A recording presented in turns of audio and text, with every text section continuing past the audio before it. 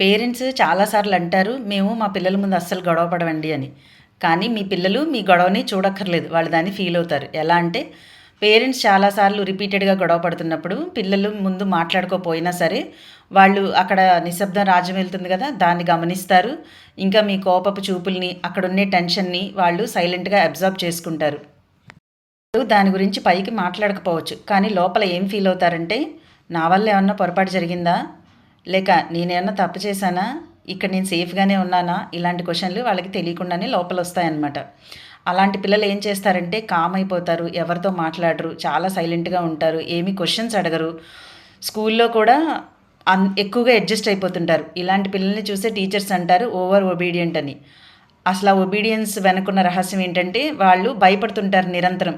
అంటే మనం అడ్జస్ట్ అవ్వకపోతే గొడవ అవుతదేమో అని ఎక్కువగా భయపడే పిల్లలే ఇలా ఒబీడియంట్‌గా ఉంటారు. ఇలా ఒబీడియంట్‌గా పిల్లల్ని ఎమోషనల్లీ అలర్ట్‌గా ఉన్న పిల్లలని అంటారు.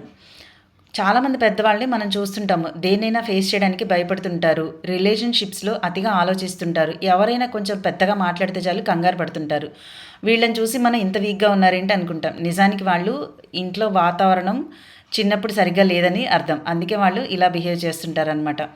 సో, అర్థమైంది కదా! పిల్లలకి ఎమోషనల్ సేఫ్టీ అనేది ఎంత ఇంపార్టెంటో, మరి దీనికి ఏం చేయాలంటే, మీరు గొడవైనప్పుడు దాన్ని మళ్ళీ రిపేర్ అవ్వడం కూడా వాళ్ళకి తెలియాలనమాట. అదే కామ్ వాతావరణము, కొంచెం ప్రేమగా వాళ్ళని చూసుకోవడము, ఏమీ అవ్వలేదన్న భరోసా కలిగించడము అనేది వాళ్ళకి చాలా ముఖ్యం.